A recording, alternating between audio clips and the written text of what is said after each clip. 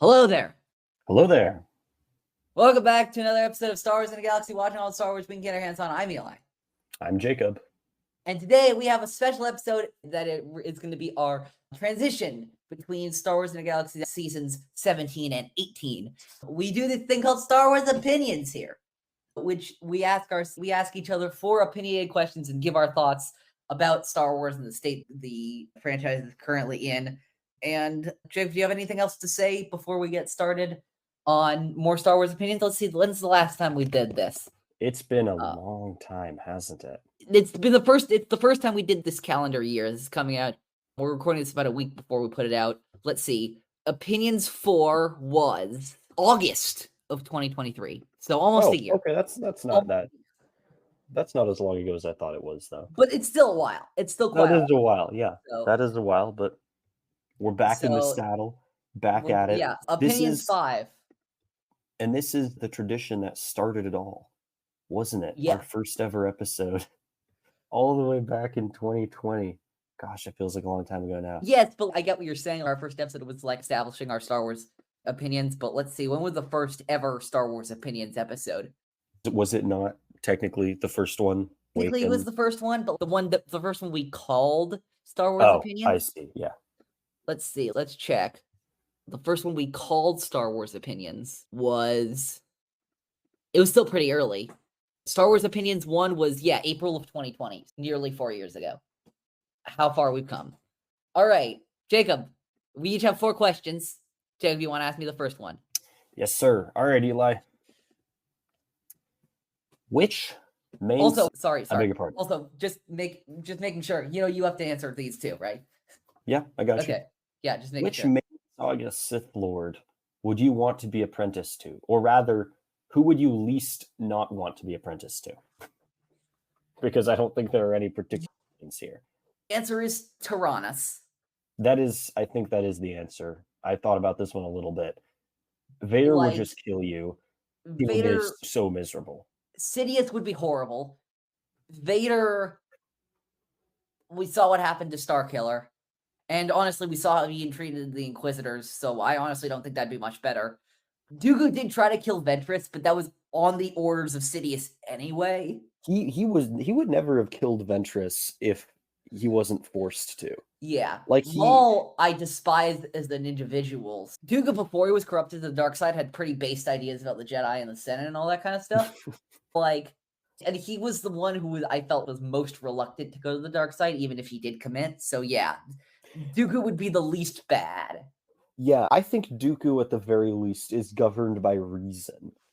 At least a little bit. In a way that Palpatine... Vader might just kill you if he gets mad.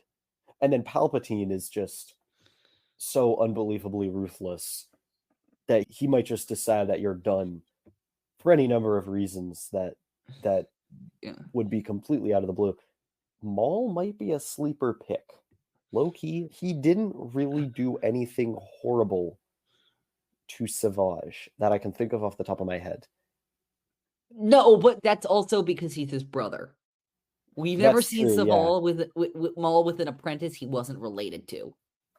But I just have a hard time picturing Maul. I mean, technically he did that with Kira, but we don't know technically what Kira went through. Yeah. I just have a hard time seeing Maul being as awful as the other ones. Maybe that's on me though. I don't know. I think overall I would not chance it. I would go with Dooku because that's gonna suck.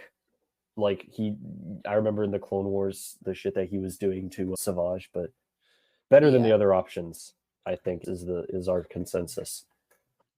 All right. My first question. All right. Lay it on me.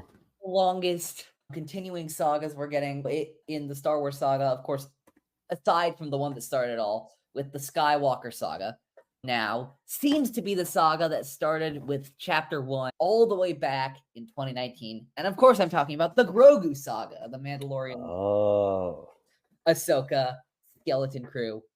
We know that the Grogu saga will be culminating with a film directed by the current chief creative officer at Lucasfilm, Mr. Dave Filoni.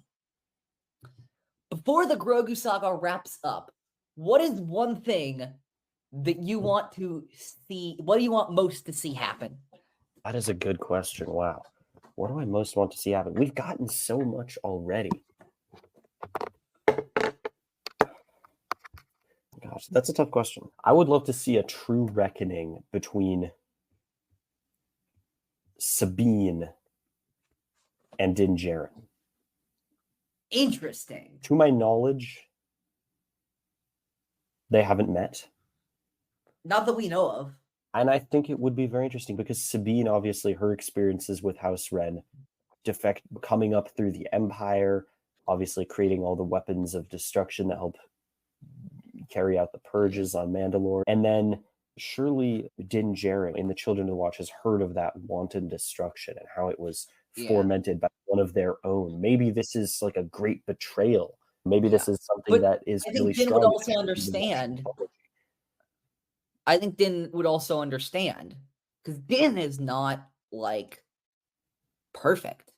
Yeah, no, by no means. I think Din has the capacity to understand that Sabine, like that we've all done things that we aren't proud of.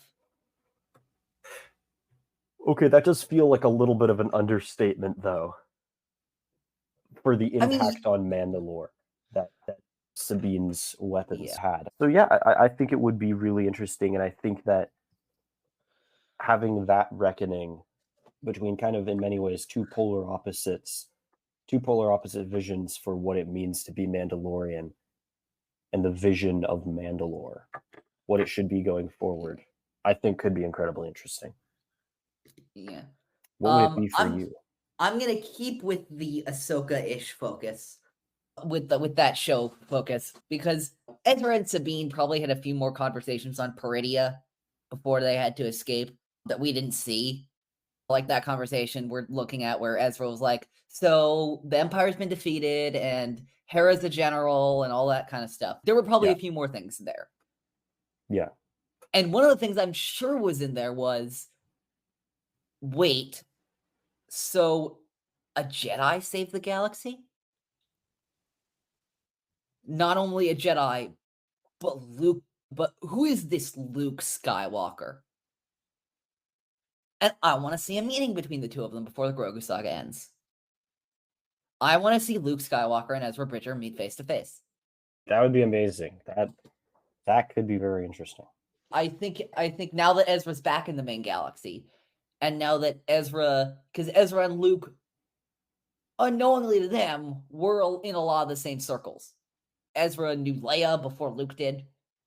Ezra has some backstory of Luke's past that Luke could learn and gain from. If Ahsoka already hadn't, and if he's still alive by this point, which I bet he probably is, Ezra could point Luke in the direction of Rex, who knew his father more than most did.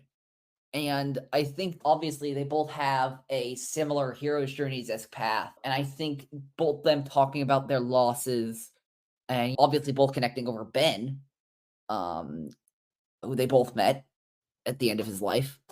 And I even think like the funny, because the Ghost crew and the OT crew are so similar in how they look. If you look at Luke, Leia, Han, Chewie, R2-3PO, and then you look at Hera, Ezra, Sabine, Kanan, Zeb, Chopper. Yeah. You can see the similarities. So I 100%. So I think it would be funny to have Luke and Ezra do a bit of the Spider-Man meme pointing at each other, being like, wait, did we go through the same journey here? Yeah. And also, I'm maybe controversially not as opposed to the stuff they're doing with the deep fake Luke. I obviously don't think it should set that much of a precedent, but I think they've handled it fine so far. And of course, Iman Esfandi is Ezra Bridger, God tier. That man knows that character on a chemical level.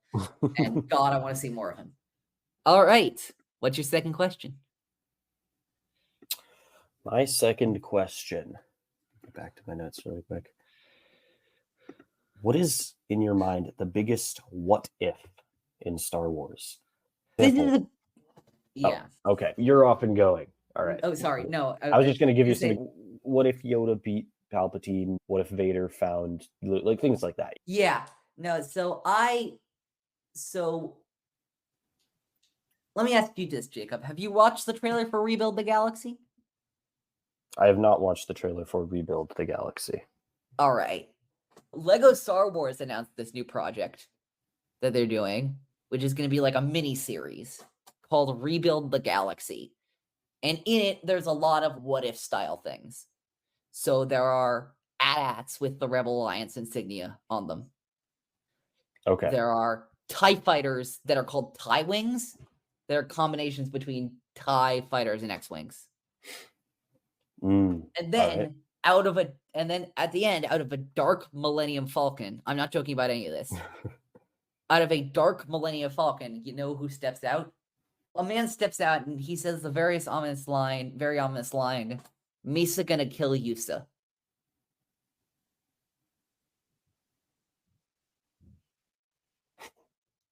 You know There's who it no is. way. Is Darth it?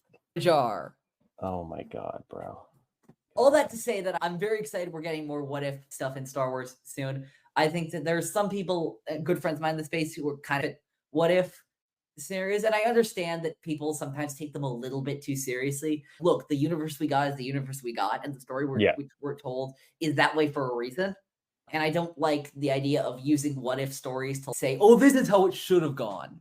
No, this is how it went, and here's some other fun opportunities to explore the dynamics of these characters.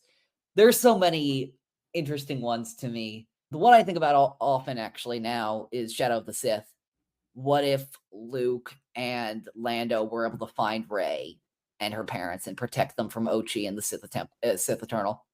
What if they were able to find Exegol and give Rey the life she deserved, rather than the life? Similarly, what if Luke was able to build out his Jedi Order more like he did in Legends? Obviously, I love the sequel storylines in canon, but like, what would a Luke Skywalker-led new Jedi Order look like? Would it still have the same flaws?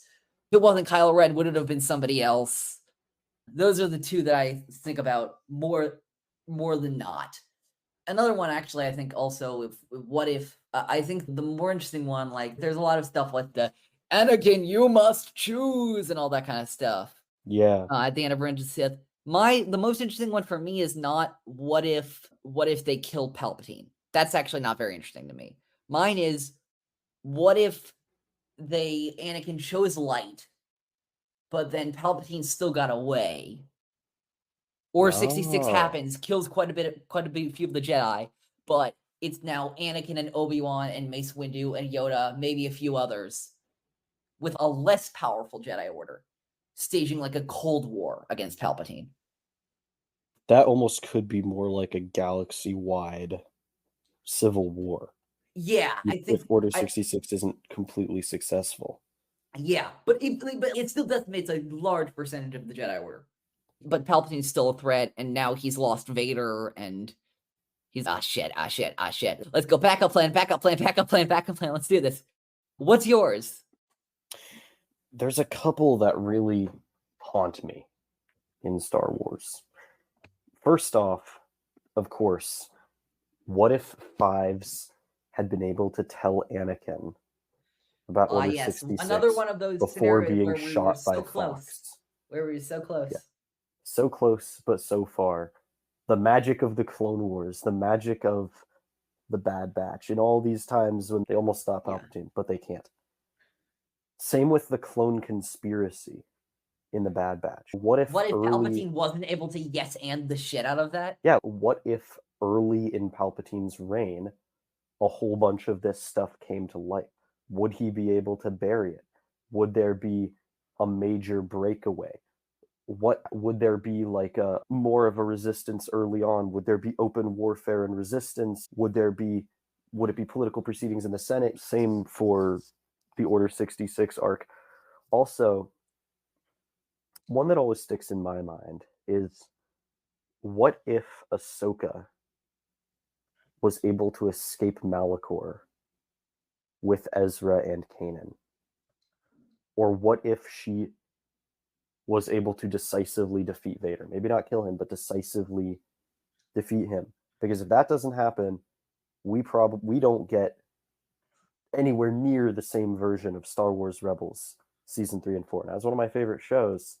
What if we never get dark Ezra? What if Maul never comes back in the picture? With Ahsoka around, there's no way he would be safe getting anywhere near the Ghost crew after that. To me, is a interesting what if. What happens to the rebellion after that, with such a powerful figure as Ahsoka still in their midst? Because that's something that I think is lost in Twilight of the Apprentice. Is it's not just an emotional loss. It's not just about what happens next for the Ghost crew, but for the whole rebellion.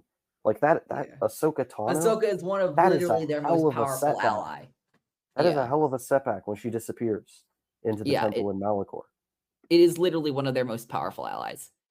So those are all very interesting ones. Jacob, here's my next one. All right. This one I'm going to use to flex a little bit. So I'm going to cut this part out, okay? Okay. I'll tell you about how I did this afterwards. But Jacob, I'm going to pull up mine, and while I'm thinking of mine, I want you to think of your top 5 Star Wars films or episodes by cinematography. By cinematography. Oh my God. Episodes of TV or films, like Star Wars projects, just in general. So here we go. I'm going to pull up my number 5 for you. That's hard. Give me a second. Let's see what my number 5 is. Dude, that's Got hard. it, yeah. All right. Number 5 is a beautiful episode of television that I think just gorgeous, and not an episode I love for the plot, although the plot's good, but the cinematography is just gorgeous. Let's take a look, Jacob. Why don't we? It is Chapter 2, The Child, the second episode of The Mandalorian, of Din constantly walking across the deserts of Arvala 7 with Grogu. Of the Mudhorn fight looks fantastic. Rick Famuyiwa knows how to make beautiful, incredibly composed shots. Yeah, I think that he and Jon Favreau really, I'm looking at that shot right now with Din and Grogu walking across the Arvala 7 desert. Just gorgeous. It just looks so good. You know what I mean? Oh yeah, it absolutely does. It's wonderful. It's really so that's my number 5. Number 4, I feel like this is another recent entry. All these are recent actually, but no Star Wars best cinematography list is complete without this, I feel actually.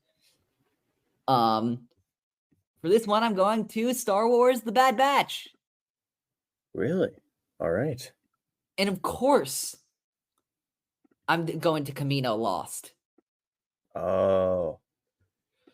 That's a good one. That is a really good one. The sinking of Camino, the broken facilities, the intricate details of the Batch crawling through these abandoned facilities just looks gorgeous. Look at those fires.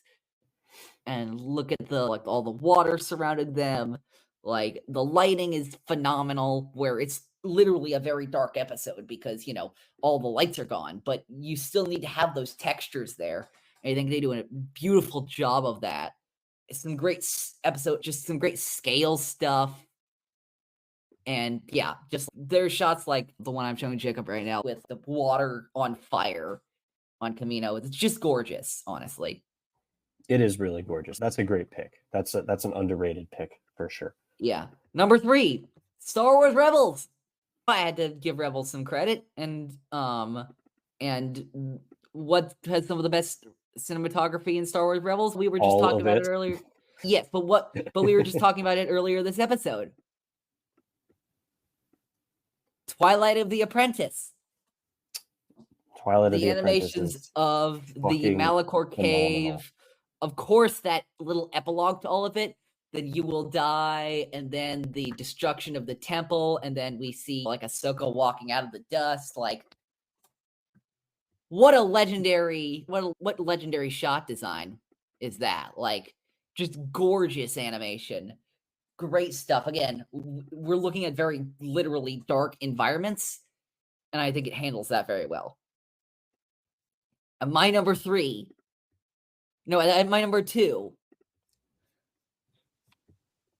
is the only film on this list. And God, I wonder which one it is. I wonder to hell which one it is. I think I know which one you're going to say.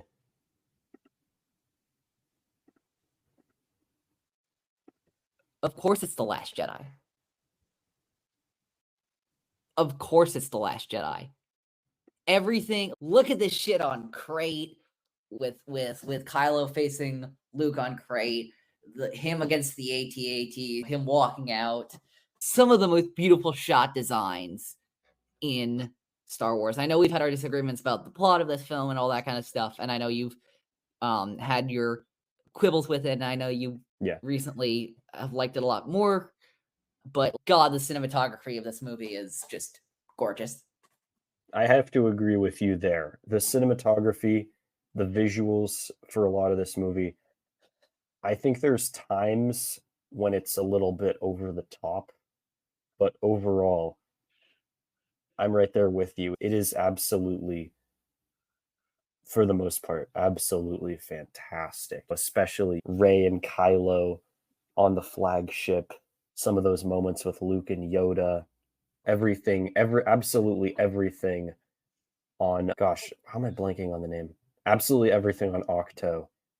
There's a lot in this movie that's just, from a visual perspective, pretty unbelievable. And it's different from almost every other Star Wars movie. It has a very unique feel visually from a lot of other Star Wars movies. It doesn't really use, and this is something that I also dislike it about it, but at the same time, it doesn't take away, like in my mind, I don't like how it doesn't necessarily feel like it's cut from the same cloth as almost every other Star Wars movie. I feel like that's to its detriment. But at the same time, like visually, like it's undeniably gorgeous and extremely well put together. There's no denying it. Yeah. And then my number one. There was really no other choice than this one for me. Let's take a look. The running, the villages, the brown tint of the atmosphere, the panicked rush, the bells ring, and then we see those goddamn lightsabers. Oh, that is not what I thought was going to be your number one Chapter pick 13, The Jedi. Wow. Beautiful artwork of Kurosawa-esque stuff. Dave put his whole Filoni into this. What, well, bro? Of all the things I thought were going to come out of your mouth today, holy shit, dude. I did not ever expect to hear that on this show. Look at Ahsoka holding Grogu by the moonlight. This is just beautiful composition. The plot of the episode is also fantastic. Like, the story is great, but just the movements, especially Ahsoka's duel with Morgan, is fantastic. The standoff between Lang and Din. What a beautifully shot episode. As well acted and written. Dave Filoni's the guy on this one. Dave Filoni is the man. This is one of his like best shot things I think I've ever seen. And this man, keep in mind, has another entry on this list. It is a banger. It is an undeniable banger. Yeah. So what do you got for your top 5? I'm out now. You put me on the spot here, and this is a big question. This is a very big question. But for my preliminary top 5, also in the interest of trying to avoid anything that you've already said. Yeah. And in no particular order. Yeah. I'm going to start off with the Order 66 arc of Season 7 of the Clone Wars. Siege of Mandalore, yeah. The Siege of Mandalore. This is stunning. Specifically, I think Shattered and... What's the final episode? Victory and Death. Yeah, I would say mostly Shattered and Victory and Death. Those are just visually absolutely phenomenal. I think the best it ever gets for the Clone Wars in terms of animation. Absolutely stunning. Those shots when the Venator is going down, burning up in the atmosphere, when we've got all these moments with Rex and Ahsoka, and then that final scene with the I've clone talked burial in the snow. about the helmet in the snow, but God, Yeah. what a Followed well-defined by- shot. Followed by God, Vader being there. Are you fucking kidding me? Oh, that's ridiculous. That's just ridiculous. Sinfully good. It's too good. It's too good. It is so. What else?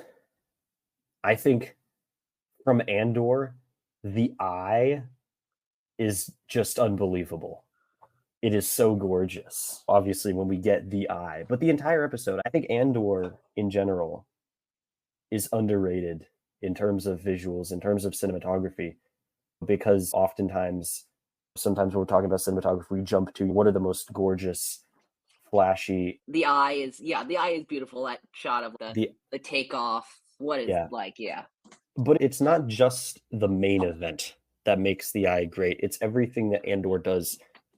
It's the attention to detail, it's the pacing, it's the framing, it's the camera movement that just it feels so good, even in the little in between moments that aren't as memorable. It just feels so darn good. All right, that's 4-3. Gosh, man, you picked a couple. You snagged a couple that I was wanting to talk about. You can repeat one. I'd rather not. I'd rather okay. No, we can celebrate more this way. Try to cover my path. Let me get Return of the Jedi. We're going old school. Those throne room sequences. Come on, man. Gorgeous. I know you love this movie. I love this movie too. Jabba's palace. Not something I think of specifically for the cinematography, but you're not wrong. I think it's just well executed. It's well put together. It's got that richness, and in just the way that it all comes together is so gorgeous. And then you've got so many memorable moments, like the throne room, Endor, the final battle, the space battle. Bro, come on. Yeah, it looks fantastic. The way that it's put together is pretty stunning. All right, you have 2 left. Gosh, I'm racking my brain here. There's too many good options. There's really too many good options right now. It's hard to pick just one. Let's go with I don't know which one exactly to pick. Here. Give me 1 second here. Thinking about Star Wars for me, this list would not be complete without something from Rebels. And I'm not sure which episode that should be. I'm going to go with I'm just looking through here to make sure there's nothing that I'm missing. And God, this is hard. This is really hard. I've got to go with Jedi Knight. Yeah. You want to talk about an episode that hits hard visually, it hits as hard visually as it does emotionally. It's unbelievable. Obviously that finale, but the entire thing, we get Lothal literally under the darkness of the Empire. We get this version of Capital City that's so strikingly different. And I'm literally getting goosebumps and being like, don't cry, because Eli's showing me the final part. It's so goddamn beautiful. But the entire episode is just, this is Lothal under the cover of darkness, under the shadow of the Empire completely. It's such a different version of Capital City, even than the more vibrant, bustling version that we get in season 1. It's striking, and everything about this episode is gorgeous. It's tight, it's well put together, it's seamless, it's just perfectly executed. All right, and then finally, I think that's 4, right? What have I picked so far? I've got Return of the Jedi, I've got Jedi Andor, Knight, I've got the Eye, Rebels, and I've got Victory and Death / yeah, Shadow. you got the Siege of Mandalore. Yeah. Oh boy, oh boy, howdy, this is tough. Let me think. I could go. The prequels present some opportunities. I've already used the Clone Wars once. The prequels present some opportunities. I could go Filoni. I could go Filoniverse as well. There's some good stuff there. I could go Filoniverse. Gosh, man. I'm going to do something a little bit weird, and I can't believe that I'm making this pick, to be honest with you. But I'm actually going to go with, oh man, this is tough. I don't know which one. It's a split decision because, oh my gosh. I'm stuck between Attack of the Clones and Revenge of the Sith because there's both so many moments that come to mind. Fuck it. For the sake of the hot take, I'm going with Attack of the Clones. The Battle of Geonosis. Come on. The interior of the factory, the speeder chase through the city of Coruscant. This movie is just chock full of absolutely stunning visuals. And honestly, I just remember being pretty stunned the first time I saw this. Camino as well. All those corny, syrupy, sappy, saccharine scenes of Anakin trying and somehow against all odds succeeding at rizzing up Padme with his horrible game for the nightclub. This is a tremendous movie visually. And shout out to the prequels because they get a lot of flack sometimes for how some of the effects have aged. Personally, I think they still look tremendous, and I think that it's great to just appreciate them as they are. But this movie, in terms of cinematography, is up there with the very best that Star Wars has to offer. So yeah, that concludes my list. And we are back. This is one of the first times we're doing a two-part In a Galaxy recording, so it's going to be a little bit different because Jacob and I, luckily, are in person for this one, for the second half of Opinions 5, and for next episode, 137. We are doing a recording session in person, something we don't get to do nearly as much as we want to, but when the opportunity presents, we absolutely do love to do it. Yeah, it's a treat when it gets to happen. It really does. It really is. We're at your third question. What is your third question? My third question is, and I know this is something we often talk about, but which upcoming Star Wars project are you most excited for? Because it feels like no matter when I ask you this, no matter when we talk about this, it always feels like there's a veritable tsunami these days of exciting new shows that I cannot wait to get my hands on. So I'm going to exclude The Acolyte from this because it's so incredibly close.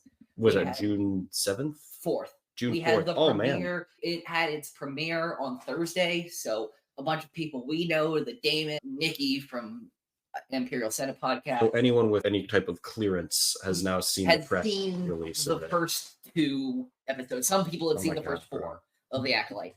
Dude, I'm so far behind. I haven't even finished watching Tales of the Empire or season 3 of The Bad Shit, man. I gotta get on. Yeah, but, gotta get on my shit, man. But yeah, so I'm gonna exclude Acolyte for this. Okay, excluding Acolyte. It's so close. Like immediately right now, I'm gonna say because I'm thinking of Rebuild the Galaxy right now. Yeah. The fucking crazy What If Lego miniseries. I'm not gonna say that though because I'm sure there is an actual project I'm more excited about. Yeah, that's what I'm going to say. Right now, I'm going to say, no, screw it. I'm going to go with the safe option. Ahsoka 2. Ahsoka Season 2 is what I'm most excited about right now. Fair enough. Do we know when that's slated to arrive? But it's not going to be a while. It's not going to be for a while. It's probably going to be after the Mando Grogu film. It's probably going to be after, Dave, I think, is writing it right now. I know that the Ahsoka cast was at the premiere. Not Rosario, but Natasha Luberdiza was there. Ivana Sakno was there. Iman Esfandi was there. And the way they were the way they were posting, and this is pure speculation on my part. Yeah. It didn't seem like they'd seen each other in a while. So I really doubt they're going to start filming anytime soon. Yeah. I think Dave's still writing it. And frankly, given we're recording this on the 1-year anniversary of the unfortunate passing of Ray Stevenson. Damn. And it's going to be really interesting to see, in my mind, how they're going to fill the giant shoes of Ray with Balin's story. Yeah, he really brought a lot to that show. He really once did. He was allowed to I liked him a lot as Gar Saxon, but frankly, this was not his fault. I don't feel like he was ever given a lot to do with Gar Saxon. I mean, Gar Saxon's a side character. Yeah, but Balin, he was given so much to do, and he took it on with such gravitas and such weight. Yeah. And God, we're all gonna miss him, and it's so sad. But I'm gonna say Ahsoka season 2 for now. What are you gonna say? I'm gonna say I was tempted to say Andor season 2. Sorry, Eli, but I really honestly am most excited for The Mandalorian and Grogu, the movie, because I want to watch Star Wars in a movie theater again. Honestly, I get it. I've been pining away for that experience, but even more so than that, I think I was not at all. I don't think anyone was expecting when the first season dropped in November of 2019. Gosh, yeah, right before COVID. Yeah, it's like the last thing that dropped before COVID, pretty much. No, everything shut down. I guess the Clone did the Clone Wars. No, that's not true. That was... Sorry, I was mixing things off my head. You're right. Yeah, it's technically because it ended after Tross. Mando season 1 ended right after Tross. Like the finale ended like a week after Tross came out. Yeah, I guess so. But I was thinking because I remember they just finished filming season 2 like a day before the pandemic started. Yeah. And I mixed that up in my brain. I don't think anyone was expecting that first season of The Mandalorian would grow into what we have now, where we have Book of Boba Fett, we have Ahsoka, we have Skeleton Crew, and now we're gonna get a movie to hopefully wrap it all up. We are, but that's not The Mandalorian and Grogu. Is that not The Mandalorian and Grogu? No. Are there multiple movies? There's gonna be another one. Bro, I thought that. Wait, okay, I got my wires crossed. I thought that was like. I thought the movie was like gonna be the final big shebang that like wraps movie it all is up. going to be the final big shebang. You are right about that. It's just not this one. Oh my gosh. So this one it's pretty. We don't know this, but it's pretty certain. I think this was going to be season 4 of The Mandalorian. They pivoted to a movie instead. During the writer's strikes, Jon Favreau, I think, pivoted to a film instead. Interesting. Okay. Jon Favreau is directing The Mandalorian and Grogu. The final film wrapping up the Grogu saga, as I've been calling it on Epic Confrontations, is Dave Filoni. So it's going to be a Dave-directed movie. That's right. There's the Jon Favreau movie and then the Dave Filoni movie. Yeah. Okay. So I'm still very excited. I'm still very excited. As he's been called, I don't know if you've seen this, they've been doing tons of advertising for Acolyte, but it's so surreal. You get to see, first of all, I like that so that the Dude Bros can fuck off with this stuff. They're putting Dave in a lot of the Acolyte promos, but it lists him now, Dave Filoni, Chief Creative Officer, Lucasfilm. I'm like, damn, that's cool to see. Yeah, damn, that's cool to see. His ascendancy has been remarkable. He has had his own hero's journey arc, and I love that for him. Yeah, and from that weird dude in the cowboy hats to from a Flo Cruz cosplayer to literally being the guy who every Star Wars thing goes through. He is the key to all of this.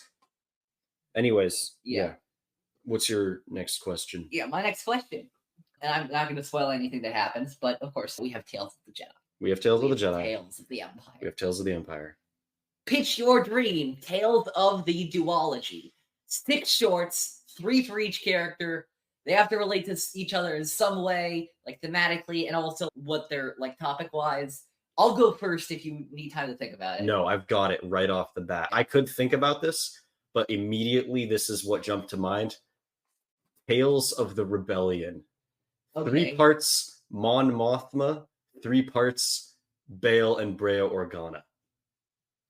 Fascinating. That would be super fun. I love Bail as a character. I love Bail as a character. I love Mon Mothma as a character. You want even more Mothma, even after all that she got, and I assume is going to get with Andor? Yeah, because I think there's an opportunity to show a different side of her life and her story, because she's like earlier, like her, like it could be. This could be earlier, Perrin or something like that. Yeah, this could be earlier. This could be maybe in the 5-7 years post Revenge of the Sith, that time when the Empire is still solidifying, that early Empire era. When Cal is doing Cal shit and the Bad Batch is doing Bad Batch shit, what is she doing? Yeah, in that phase, what is her reaction? What kind of we could look at some of the moments maybe in her personal life, really where it's all focused on her, what drives Mon Mothma to do what she does in Andor, and then obviously to do what she does in Star Wars Rebels in the main saga. I think that could be very interesting. And same thing exactly for Bail and Brea. I think that would be a lot of fun. Stuff that we've seen in Rebels, in Princess of Alderaan, in Bad Batch. Yeah, exactly. Bails and that now.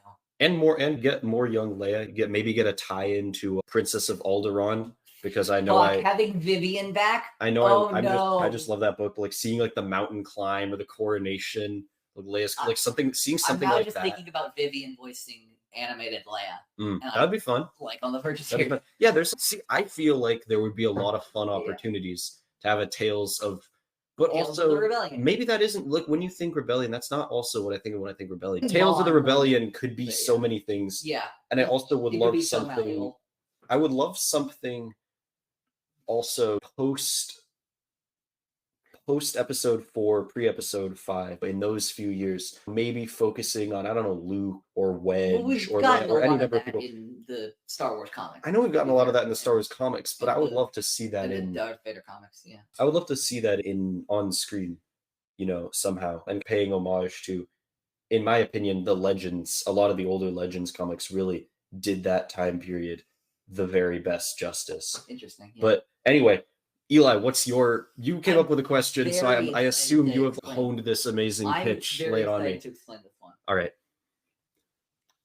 We begin the first short. I don't have a map for all 6 of these. I just know how I'm going to do this. I'm going to do the dramatic title drop. Oh, God. We begin the first short on Exegol. A deformed man comes out of a tank, and we hear a threatening voice approach him. My creation. You will be named Snoke. Tales of the Dark Side. Oh. The first 3, as you probably guessed, will be about Snoke.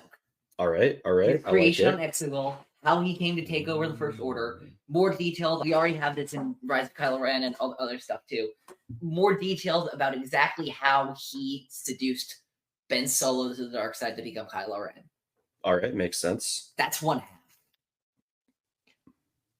The other one, the 4th episode, the 4th short would begin with seeing a young girl in a wide forest, basically, and undergo some sort of trial to gain a mythical blade that she would then forge with the magics of her planet.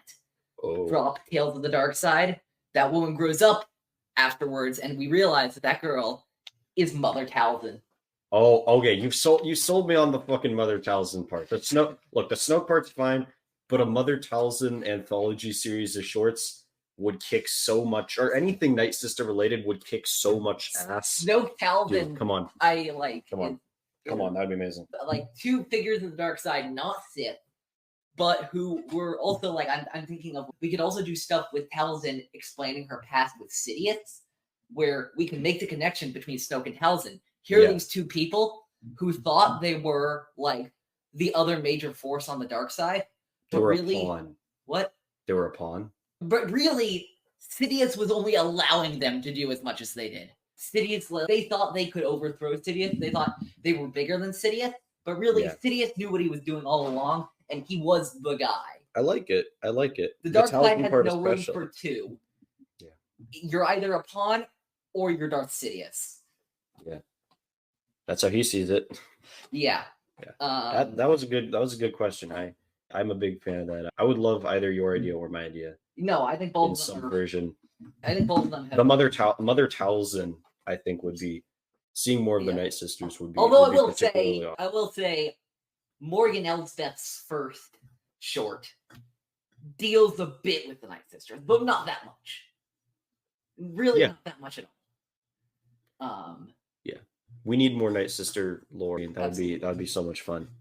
So for my final question, and I guess this is a little bit related to your question, but which Star Wars show, project, movie, book, anything, what needs a follow-up urgently, in your opinion? So many things. I will go with this one, and this is going to be a surprise coming out of my mouth. All right. Star Wars Rebels.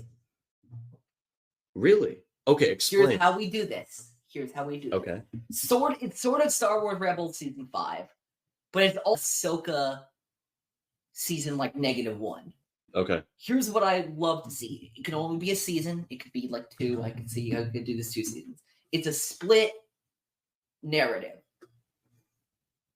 I want to see, first of all, like, there was, I don't know if this was ever actually said, but I seem to remember something about when Ahsoka was being first announced, the show.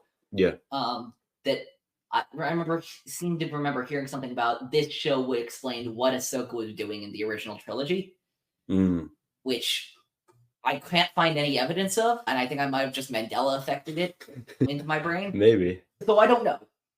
But I do wonder what Ahsoka was doing during the original trilogy. Because she couldn't have been on Malachor that long. And I'm sure she got off pretty quickly.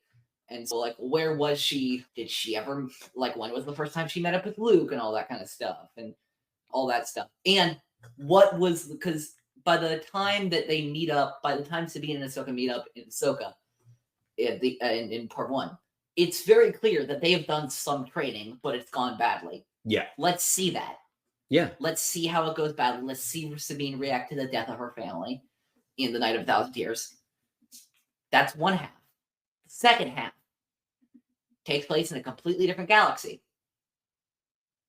And you know where I'm going with this one. On the planet Peridia.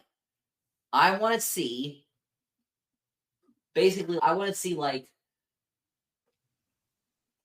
how Thrawn and the Empire recoup after landing in a galaxy that they don't know. How they forge their, like, alliance with the Night Sisters. Yeah. How Ezra finds the Noti. If Ezra ever tries to, like, fight back against Thrawn.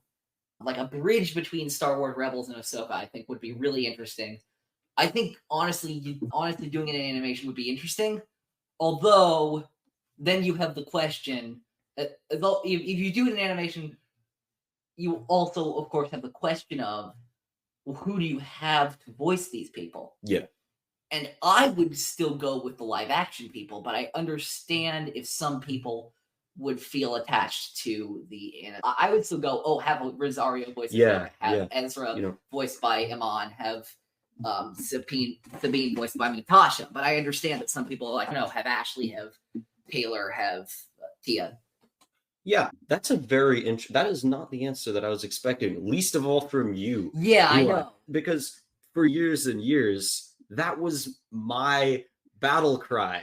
That was my. That was the thing that I was hoping and praying for, which is Rebels follow-up show. We got it, and it broke. I was happy that we got Ahsoka. I was very excited when it was announced, but it also broke my heart a little bit because I realized now that we have this, we are probably never going to get these characters in this situation in animation again with the original voice actors. And that was what I really wanted, just because it has was that realistic? Probably not to begin with, but they could have gone that route. I don't know.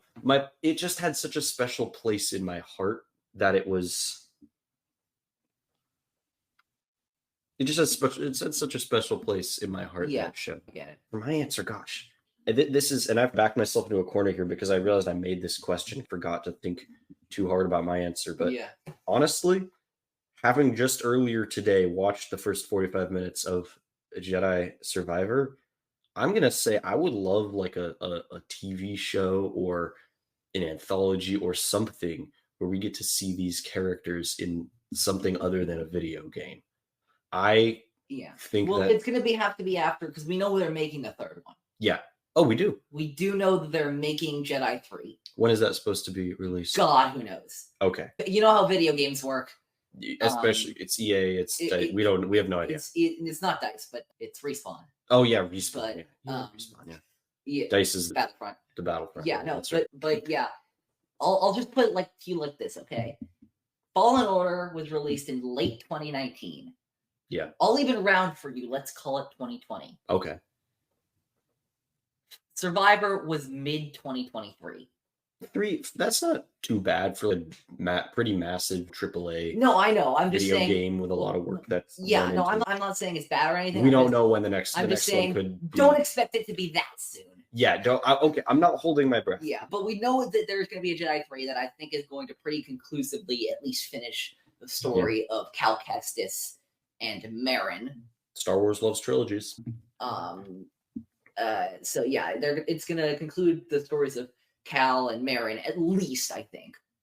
But yeah, no, I'd love to see a Jedi TV show. I think that it's only a matter of time. I think Lucasfilm realizes that Cameron Monaghan is just too good as Cal to just leave in video games. Plus, of course, it's mocap. He looks like him. Yeah. So easy peasy. But yeah, it's one of those things where I feel like it's only a matter of time before they put Cal in live action. Is one of those things like that I said about like it's only a matter of time before they put Ahsoka in live action, than they did. Yeah. And it's only a matter of time before The Mandalorian gets a movie, and then they did that.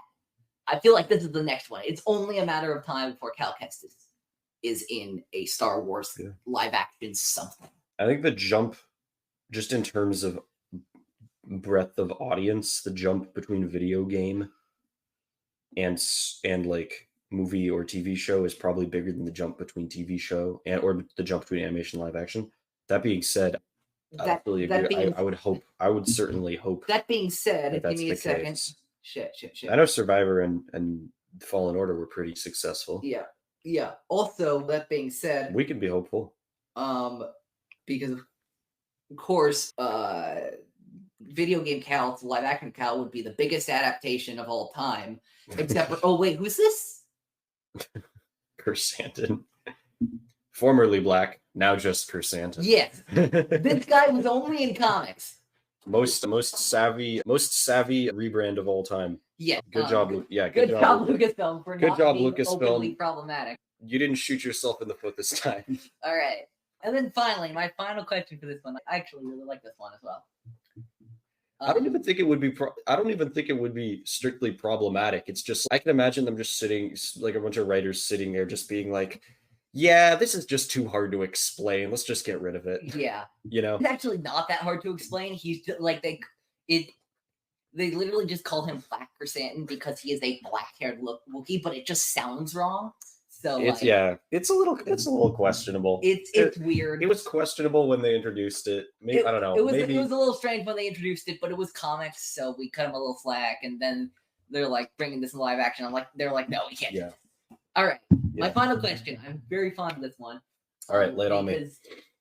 So one of the things that I think Star Wars is incredibly good at is being every great story ever told. But in its own way. We've gotten Star Wars twists on so many classic stories that have existed throughout the history of humanity. Like, obviously, Star Wars is a Greek tragedy in so many ways. Yeah. And it's Western inspired and samurai inspired. And those are like prolific genres of fiction. And because they're constantly releasing new stuff, you just have an ever growing list of inspirations and influences. And remember in Bad Batch 2 when they had an alien episode with Metamorphosis, and they had that was an Oliver episode with Retrieval. Leslie Headland apparently in an interview with a YouTuber named Kyle Katarn, not the character. He called himself. His username, he called himself Kyle Katarn. That's hilarious. Apparently, she said that there's going to be an episode. There's going to be an alien-inspired episode of the Acolyte, and also a Predator-inspired episode of the Acolyte. So wow. So Star Wars is the way that Star Wars is basically every great story ever told. Yeah. What is a non-Star Wars story that you would like to see Star Wars put its own spin on? What is a non-Star Wars story that you Star Wars to put its spin on? Gosh, what a question. There's a lot of ways to interpret this question. Yeah. I've always felt like having an in-universe, would it be considered like, gosh, I don't know what it would be, if it would be considered a mockumentary or what, but having an in-universe documentary, something like that, anything like that, like a Star Wars reality TV. Actually, no, reality TV in Star Wars feels like a terrible idea, but yeah, it does. A Star Wars documentary that someone in the Star Wars universe making a documentary about something else within the Star Wars universe. An in-universe documentary. I don't know how to explain why it sounds appealing to me, because when I say it out loud, it sounds dumb, but I feel like it could be interesting. That's interesting. And I feel, or it could be like a jumping off point into a bigger story. No, I can see that, like a twist on like a bit of a pastiche of the modern documentary or something like that. Yeah, Interesting. What do you got? For me, I'm gonna go. This is where Star Wars would probably lean into more sci-fi than it usually does, but it's done that before. I'm going to go with the excellent film and one with an immediately recognizable Star Wars connection, Blade Runner. Huh. I love that film. It was released right before Return of the Jedi, in between Empire and Jedi. Obviously, there's the Harrison Ford connection. Yeah. But there's what I love about Blade Runner so much is the aesthetic of it, that it's gritty, but it's not. This is gonna sound weird because it rhymes, but it's gritty in a city.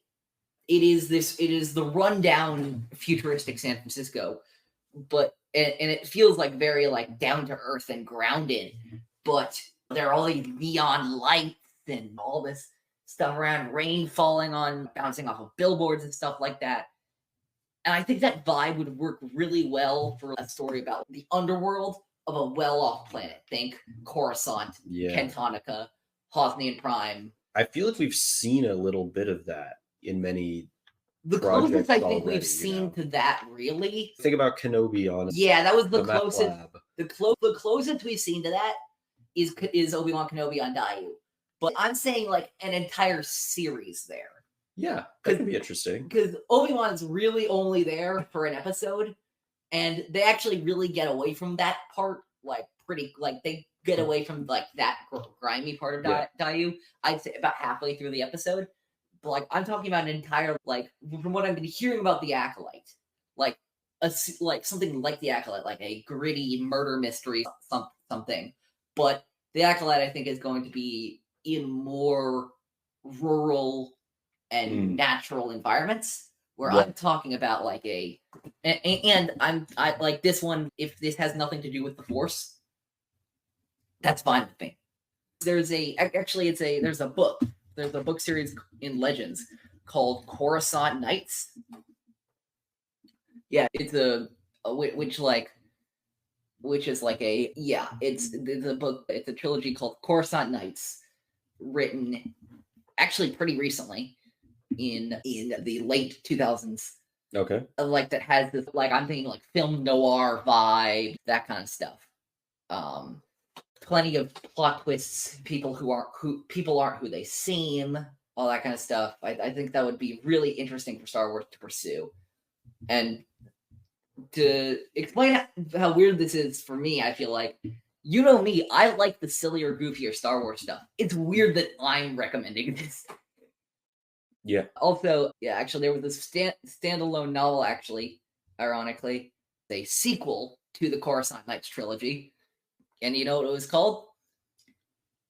What was it called? He's swiveling the laptop. The Last Jedi, in parentheses, novel. Yep. Okay, that's got to be extra confusing, because I know that there's also probably a novelization of The Last Jedi. Yes, there is. God, amazing. Yes. Star Wars at its finest. Yes. Thank you, Star Wars, for your titling. We appreciate you. Anyway, I think that's going to be it for this episode of Star Wars in a Galaxy. Thank you so much for watching. Thank you so much for listening. Next week, we start Season 18. Jedi Survivor. Like Fallen Order, but spoiler for my thoughts. Better in every way. Yeah, he does everything I do, but better. Yeah. Literally how I feel about it as well. Yeah. No disrespect to Fallen Order, but no, Survivor is great. We'll get it. We'll save the sauce. We'll save all the sauce. Yeah, but so that's gonna be. We have some exciting guests planned for that. I'll say this one, because this one is definitely going to happen. We had him on for Fallen Order. Of course, we're having him back for Survivor. He wants to be back. My partner in crime on Epic Confrontations, one of my good friends in this space, Connor Chikiti, is indeed coming back in Season 18 for Jedi Survivor. Look, I say the name Cal Kestis, and Connor Dash is there. He's just there. It's like, hey babe, you want to come over? No, I can't. Cal Kestis will be over. Dashes over. Yeah. I have to say, after this first segment, I'm beginning to see why. No, Cal becomes a bat in Survivor. Yeah, from the very beginning. Yeah. But yeah, we're very excited about that. We hope you enjoyed the title match of Epic Confrontations, which will be out by the time we release this, but it has not happened by the time we are recording this. Excited to see how that goes. Excited to see who gets the belt. Yeah, you can listen to us on Apple Podcasts, Spotify, wherever you listen to podcasts. We'll be there. You can follow us on Twitter at InAGalaxyPod, everywhere at InAGalaxyPod. You can follow my link tree to find me everywhere. linktr.ee/_OGFan327. And subscribe to our YouTube channel so you don't miss any further In a Galaxy streams or Epic Confrontation streams or whatever it is. I think if there's nothing else, may the force be with you. Always. Always.